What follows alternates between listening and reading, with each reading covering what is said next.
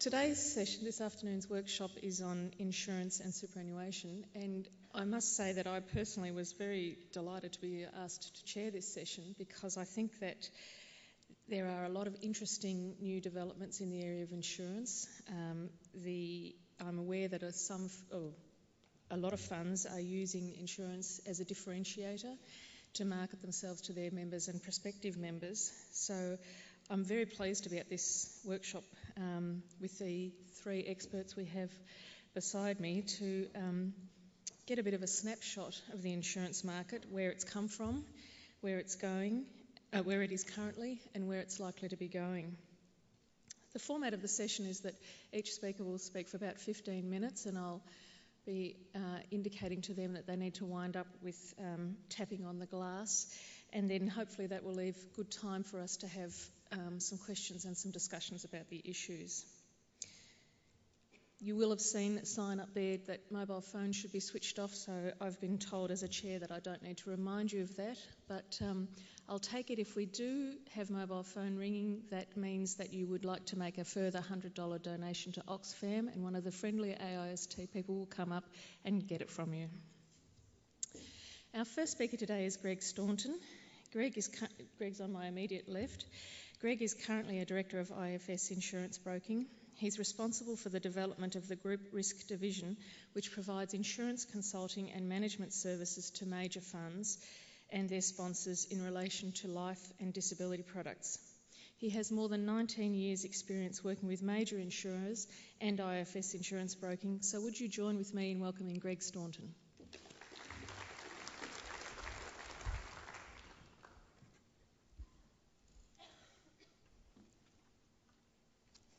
Thanks, Jocelyn.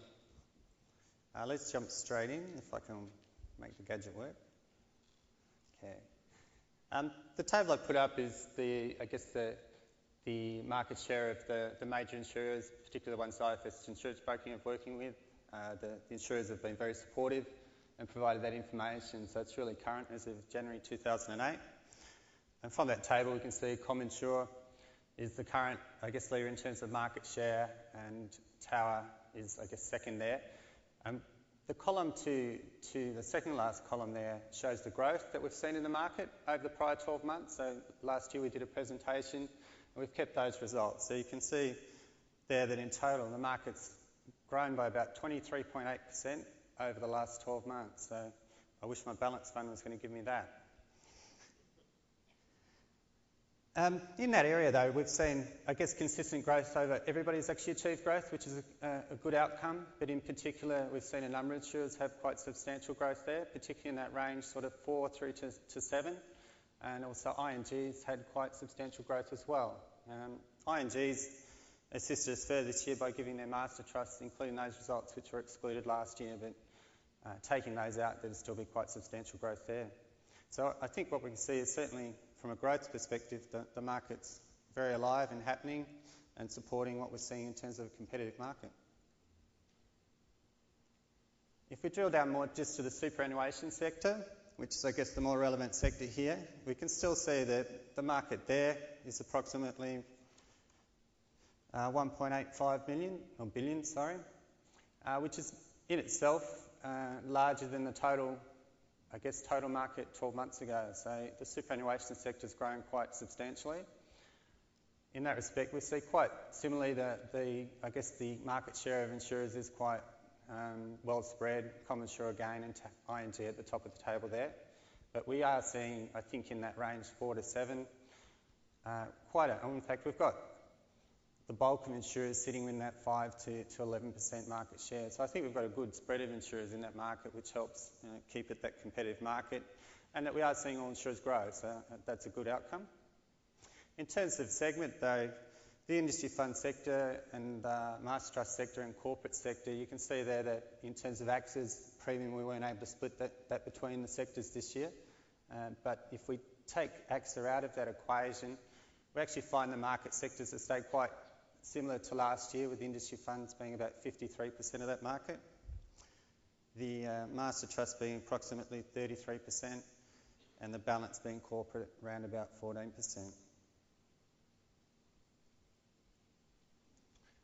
If we drill down by product type though, which I think shows us some fairly important information about how superannuation plays and how important it is in terms of the group risk market, we can see in fact that superannuation, if we look to the right there, forms nearly 86% of the market in terms of premiums for the group risk market. So naturally it's fair to assume that the superannuation funds are very important to the insurers at this time. On top of that though, we've also seen that grow substantially. I think last year it was about 80%, so we've seen a 5 to 6% growth in that split there. If we look at, I guess, where that income comes or that premium revenue comes in terms of product types, you can see Australia is definitely dominated by lump sum benefits and that focus on death and TPD cover, with effectively 72% of superannuation insurance being based on death and TPD by premium. GSC is about 13.7%. And if you look at the ordinary business sector, which in itself is about 14.2% of the total market, it's again, lump sum cover there is only about 2.7% of the premium. So you can see that the superannuation industry is definitely the forum for delivery of death and TPD cover in Australia's group risk market. GSCs, though, split fairly equally between ordinary business, as we call, which is outside super, and also inside super. So you've got a 13.7% of salary continuance or income protection cover occurring inside super, and about 11.5% sits outside super. In total, though, death and TPD is at 74.8% of the market in itself, and GSC is 25.2%. From that, I think it's fair to come to a bit of a conclusion that if we're actually running an under-insurance problem, perhaps it's in protecting our incomes rather than our lump sum cover, and naturally our incomes are perhaps our most important asset.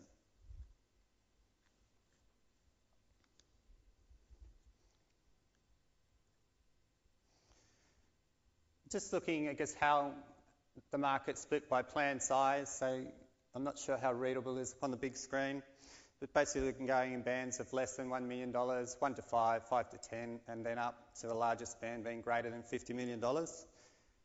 What we can see is that first band there, the less than $1 million premium plans, form in fact nearly 97% of total plans by policy, number of plans, yet it forms only 22% of the total market. The balance, the less than 4% of plans, in fact form the balance of that being about 78% of the market by premium. But if you drill down further, less than 1% or approximately 1% of plans are now forming 62% of that market. So the funds are becoming very big, and those big funds are very influential naturally in the market based off that market share.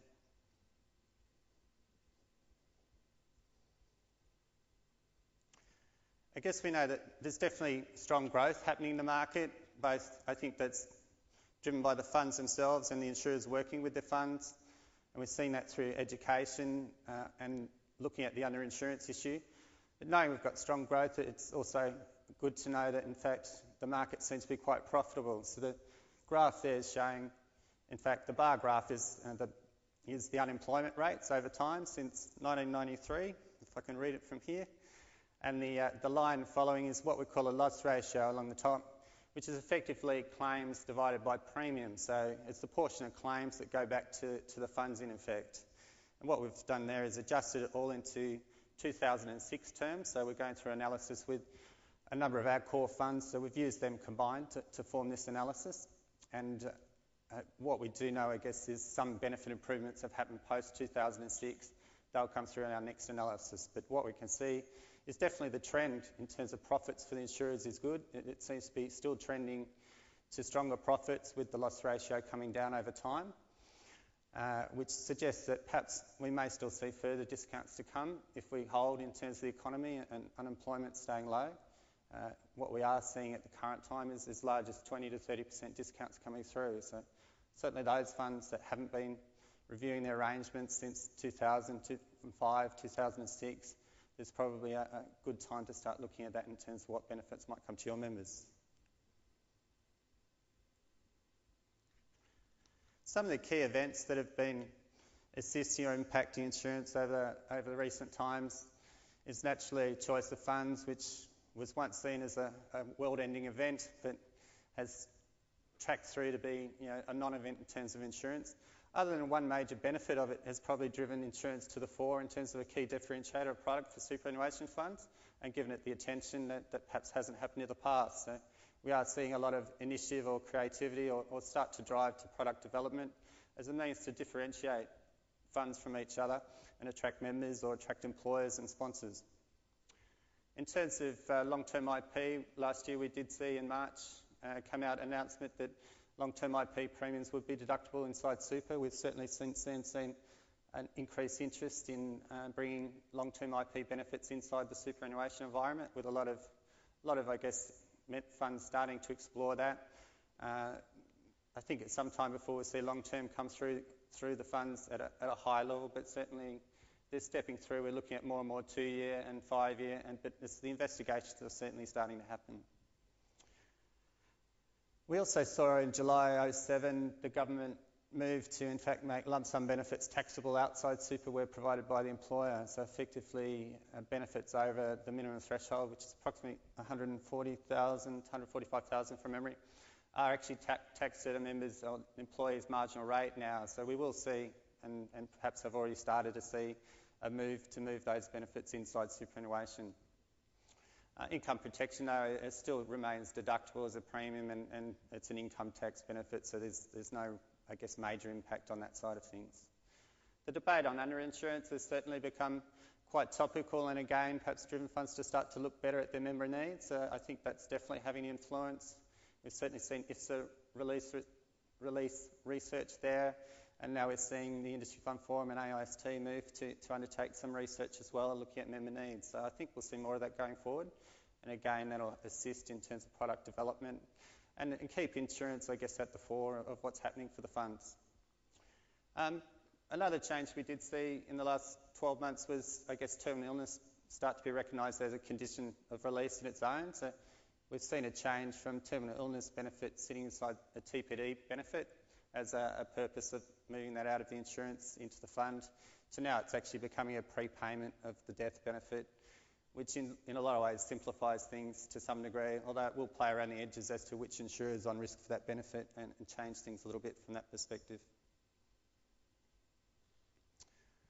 Going forward, I think the biggest driver for funds and insurers to consider, and certainly the message coming from the funds we deal with and talk to, is that it'll become more focused on the member experience, which is really about services, getting greater access of cover to members, making that process simple, removing delays in claims and underwriting processes, getting it a good service for their member, and hopefully from that, reducing the complaints that we see, particularly on things like TPD benefits or underwriting processes. So I think that's definitely going to be a big focus and a driver for funds, and they have the size and capacity to work with insurers to deliver those. So we are now starting to see a lot of development on IT, and particularly on the underwriting side of things, that'll assist in that process. But I think in terms of a determinant or a key result area in funds looking at their insurance, I think that'll become definitely a far more prominent determinant. I think we are definitely seeing insurers and funds move to a more of a partnership approach, particularly where the fund, I guess, is happy with the level of services it's getting from an insurer. Then we are seeing a focus to move towards renegotiating direct with their insurer, but again, having some level of independent review of that to ensure that they have in fact got a competitive offer, one that matches up against competitor or like funds, but also offers their members value for money, as well as good benefits. Thank you. The last couple there, I think we definitely will see enhanced or improved needs analysis, and product development will flow from that. I think that'll be a good outcome coming in the next couple of years.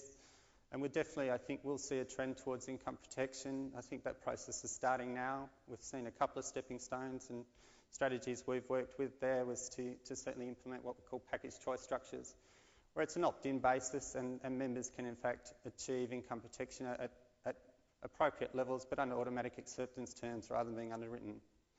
I think the other area that may play out, depending what the government does, is really what happens with consolidation of accounts. And if that becomes a major issue, then obviously insurance associated with those accounts may well be important, because a member could certainly have multiple accounts, but likewise they might have multiple insurance. On that point, I'll hand back to Jocelyn.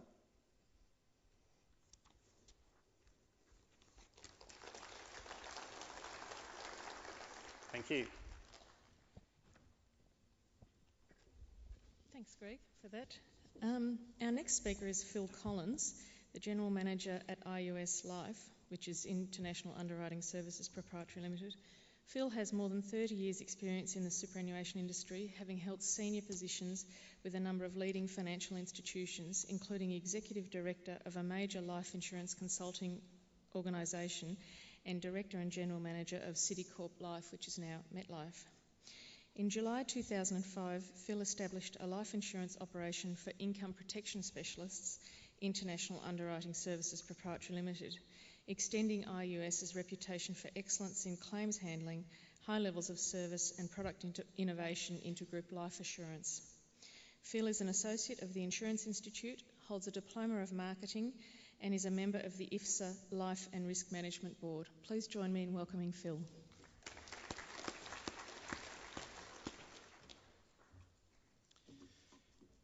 Thanks, Jocelyn, and good afternoon, everybody. We'll move fairly quickly through this because there's quite a lot to cover in my part of the presentation. I certainly don't want to get into trouble with the SCT, so we'll move quickly ahead. My part of the afternoon is in fact headed is income protection, more relevant now to members than TPD. A very good question indeed. And I thought we might start off by just looking at a bit of food for thought around that. With some statistics that I gathered from the ABS stats taken in 2006.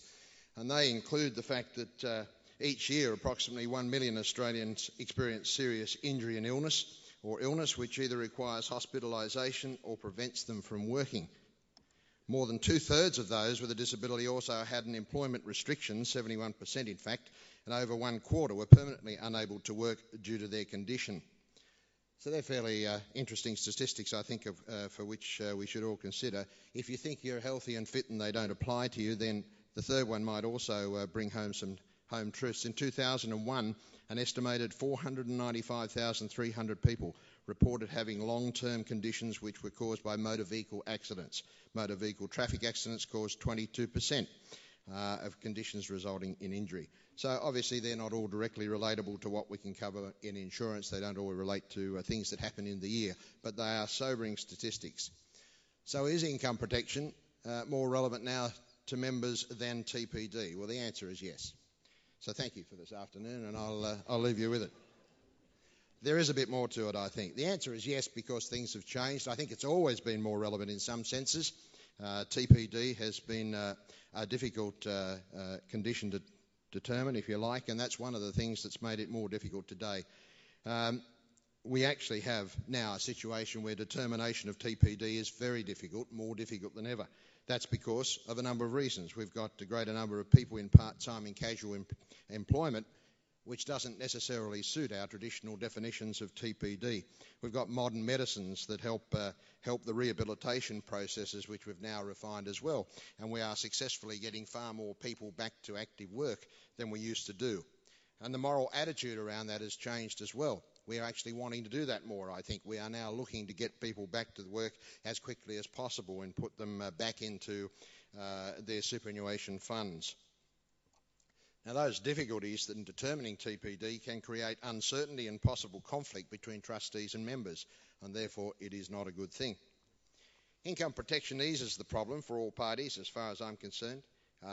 Basically, it is a more easily satisfied definition. Normally, when somebody is off work, unable to work at their own occupation, we can pay an income to them. It is a less significant decision, obviously. If we're paying out $1,000, $2,000, $5,000 or $6,000 a month, it is a much lesser degree decision than paying out $500,000 or $1 million or $2 million in one lump sum. So basically it buys time for both the insurer to properly assess what might ultimately be a TPD claim and gives comfort to the trustees and the member concerned. So in fact it provides security and it removes those conflicts that we've talked about that can come about through the time involved in making a TPD claim. So all right, if that's the case, and I believe it to be the case, then what have been the obstacles to IP? Why haven't we seen superannuation funds install IP more so in the past? Well, I think the very first thing is tradition, and I've touched on it already. The fact is that back at the start of our superannuation regime, whenever that might have been, TPD was a replacement for the death cover. And when employers had superannuation funds for their employees, as was the realm, if someone was unfortunately killed or totally and permanently disabled, they were no longer able to work with that employer, and the employer had no particular interest in them being in their super fund. So a payout was done, the person went away, and that was the end of it. That's not the way it is today. The other issue that I think's been on the plate of a lot of trustees is cost. They've quite rightly seen at the start of the guaranteed superannuation levy environment that account balances were too low to support all the insurances that they might have wanted to do, and I think that's quite right. Greg has already touched on the fact that, in a sense, that we had tax incentives limited to 2 years for IP up until recently. I think the complexity of the products themselves had a role to play in why we didn't see more of them. They were basically products that were introduced to the Australian market for white-collar executives. They were inflexible. It was difficult to change a lot of the terms and conditions, and they didn't suit the new environment of wide occupational classes that we now see today in the industry fund environment. That meant that there was greater underwriting requirements, greater administration, and in fact higher premiums. And finally, I think understanding, just the knowledge of the product has been a great bugbear. It is not a well-known product, or at least not a well-understood product. There have been many surveys by IFSA, by CMSF and others that have shown that the knowledge of what an income protection policy actually provides is not well known. So what has changed today? What's different about the whole scene now? Well, I think, again, there's a number of things. We can go through them individually. Account balances, in my personal view, seeing those through our clients and others, are now quite high enough to support the higher insurance levels that we want to provide our members. After 15 years of compulsory superannuation, for a lot of people that's been at 9% since they started their life, and up until fairly recently, very good investment returns. We've seen even 25 to 30-year-olds with quite high account balances, and I think that's removed one of the obstacles. Tax deduction now extends beyond 2 years, so we've got a better environment for trustees to put in place the income plans. If implemented on a default opt-out basis, which I certainly promote, I think it is. I think the arguments against that are nonsensical, and I think it's the way that trustees should go. We certainly are in a position to provide for no underwriting and minimal, and that's being kind, it's probably almost no administration of plans, so we've solved a lot of the problems. Design of plans has also become much more flexible. We look at things now in terms of within a particular fund, dividing it up to suit different employee groups. We can have different waiting periods, benefit levels and benefit periods for people within a particular group. And finally, I think, as I covered in the first part of the problem area, the communications. Communication, particularly around income protection, in my view, is the key to success. It reminds me always of a survey I saw, perhaps not quite as succinctly as this one, but basically going to members of a fund and asking them, do you want disability insurance? I mean, if you had any doubt as to what sort of answer you get to that question, you shouldn't be. It's like asking something if you'd like them to double their tax. Of course the answer is going to be no. If you ask the same person or the same group of people, would you be able to maintain your income, keep your family in the way that you'd like them to be kept, your lifestyle, if your income stopped, then I think you get a totally different answer. And particularly today, when we read in the press almost daily that a 0.25% increase in our mortgage rates is pushing so many people to the brink. Clearly, the tolerance level between people's income at the moment and expenditure is just minimal, if there at all. So how many people could survive, no matter who they are, what level of income they're on, for a period of time without that income? I think also that clear explanation, if you are going down the opt-out route, even if you're not, is very important, but particularly if you're taking that approach, it is very important for trustees and insurers to explain exactly the obligations and the rights of members and to show them how the scheme works and why it is important to have that opt-out facility. In our case, we do that to probably almost an overkill, but we think it's very important, including a refund of premiums should the person opt out within an agreed period of time. So, should IP replace TPD? Well, no, I don't think it should, for a whole lot of reasons. TPD's been around for a long time. It's provided a good benefit. It's not that expensive, and obviously to take away a benefit is a difficult thing anyway. So I don't think it's about to be replaced, but I would say that I think IP is a benefit that should be looked at now extensively throughout superannuation funds. I think it should be implemented as a default cover for members with the option to opt out, clearly explained to them. And I further think that there should be further exploration's the right word, as we are doing with a great deal of effort, in fact, at IUS on hybrid products. I think the time has come for there to be products which combine and move in different directions than perhaps TPD and IP has done in the past. We have spent already a lot of time on that, and I think with great success for some of our clients, and I think that's something that should be looked at. I already mentioned benefit periods. One of my pet pet grievances, I suppose, is for some strange reason our life insurance industry has always seemingly considered that there's only basically 3 benefit periods for income protection. That's 2 years, 5 years, or to age 65. There is a big gap between 5 years and age 65, let me tell you, and the cost of providing insurance for that gap is not insignificant. So if you're a fund trustee and you've got got a fund that you're thinking of extending your IP cover for a bit longer, or you're thinking of the term that it should run for, don't necessarily look at that gap. Have a think about the times in between. We can certainly provide cover for any period of time.